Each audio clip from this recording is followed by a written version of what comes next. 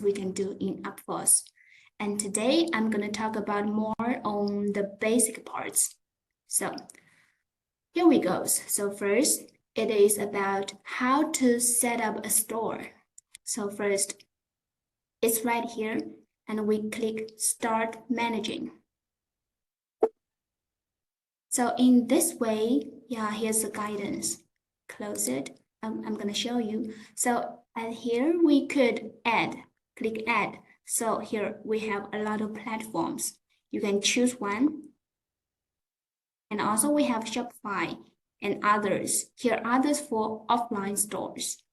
And here are the online stores. If you have the Shopee, for example, we click here. Store name, we have to finish it like 1, 2, 3. And the next step, more. Here are more settings. It depends on you, if we're gonna choose it or not. First one is out capture tracking number and ship. So in Shopee, so here we have to choose it and choose the pickup time, earliest or latest. And then the drop shipping or orders. So this one means if you have this kind of business, then you click this on. If not, then leave it like this. Then authorize, then it's done, okay? And the others, it's almost the same. All right, so this is about creating a new store. And here, after you've done this, here we have the status. You can see it's on or not. And also the authorization, it's, authorized or not. It will show like this. And here's one more here. Out download here. So what does this mean?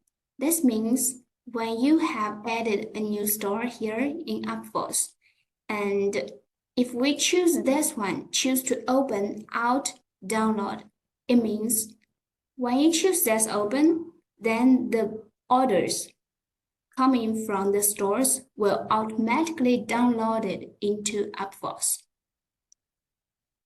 So which means do not make it open until we finish the other settings like the product setting and the inventory setting. Once everything's settled, then we click this, make it open so we can deal with the orders normally. All right, so this is how to make the store binding. All right, so here comes the setup. We could do a lot of things. So about the setup, it depends on you guys. For example, here, the warehouse management. If we have one warehouse, then it's okay for us to leave it here because we could click it to see. Because here, actually, we have one warehouse named SWH. So this one is a default warehouse. If you do not set up anything here, it's okay because we have a default one. But if you have more than one warehouse, then here we click add. Finish the informations that's needed, okay? So these are needed, then you confirm. So this is the way to create a new warehouse. And also here is about the matching warehouse. So what does this mean? This one means it is needed when you have more than one warehouse. If you have more than one warehouse, then maybe there are rules like those orders will shipping from warehouse A and the others will shipping from warehouse B. When you have such rules, we add rules here. Actually, this part is mainly about tag, you choosing the rule. So warehouse name, do it. And text name, so you're gonna choose it.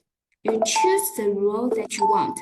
So here comes the question, where to set up the rules? So later I'm gonna tell you about this, okay? Then confirm. All right, so, now second one is about the automation. Automation is a place where we can set up different roles.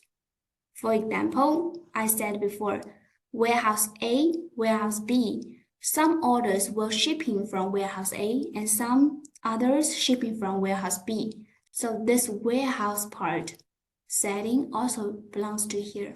We could click and go. So automation, we could add more. So here text name, just name it, okay? Like warehouse. And here business type, it should be warehouse, right? So here, what about the rows? We can switch to detail rows and to see. Participating stores all the time, category like this. So for example, I'm gonna choosing participating stores. For example, this two. And the others, if you need it, then click. If no, then just make it confirm. So this one, what did I do? I just made two, wait, let's see. Okay, it's reviewed, so we cannot edit this. So I just choose two stores there. That is from the warehouse. So at this time, if I go back to the warehouse information, matching warehouse, let's see, add rows. And here's a text name. So you see, we have one because I just said it, yes? So here, this one, what does this mean? In this automation, I set two stores.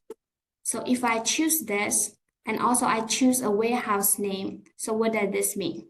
This means that two stores, maybe it's better to see here. View. So these two stores, the orders coming from these two stores will all shipping from this warehouse. Then confirm, okay? All right, so now let's see more about this. And also here are several kinds of business type. Like a warehouse we used before. Also we have to be reviewed, to be printed, promotional business and express business. And if I choose to be reviewed, then it means this kind of tag you're making belongs to reviewed one. So if the orders matching your rules, they will be stayed in the review. Okay, so for example, let's set up a role in review. So what kind of orders you wanted to be reviewed by yourself? Because actually the orders will automatically reviewed if we don't set up any rules. So for example, if the orders, the amount is more than 1,000 and you want to review it by yourself, so we could confirm name is 10 or 1,000. Then we confirm.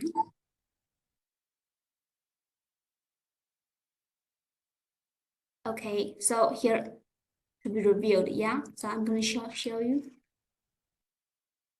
And here we can find it reviewed. So here we could choose the tag. Okay, let's see if it's reviewed.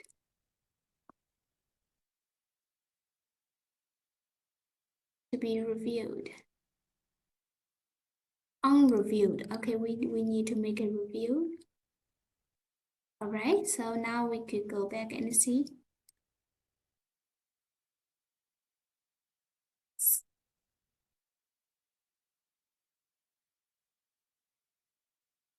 Okay, wait a second.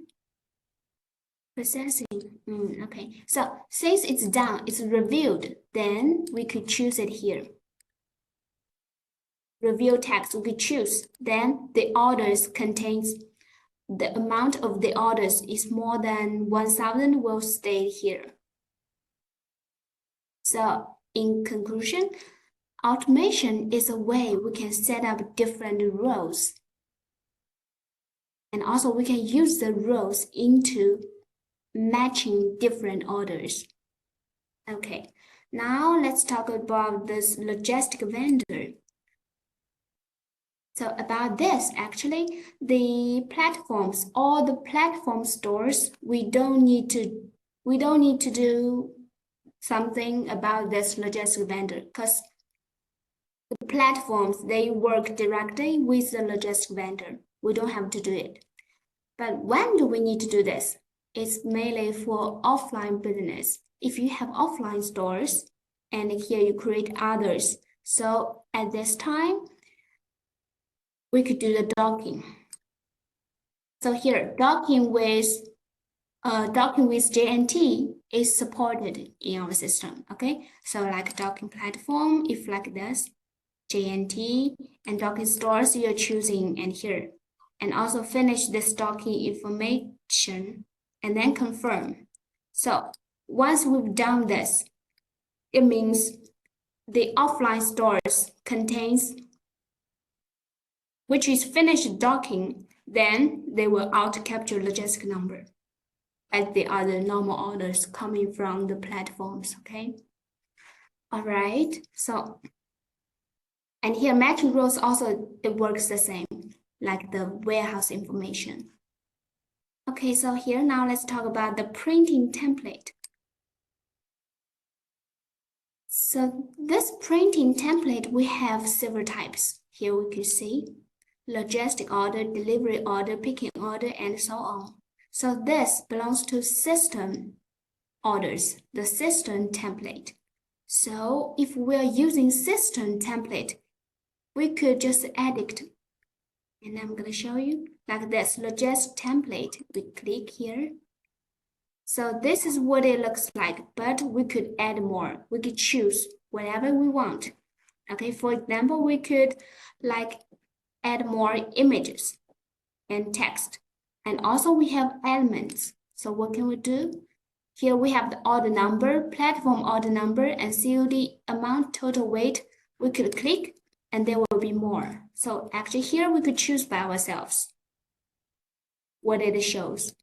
We could choose by ourselves. Okay. So this is where to set up this template, the printing template. Okay. All right. Here comes the last one. It's about the user permission. So right here, actually, this account,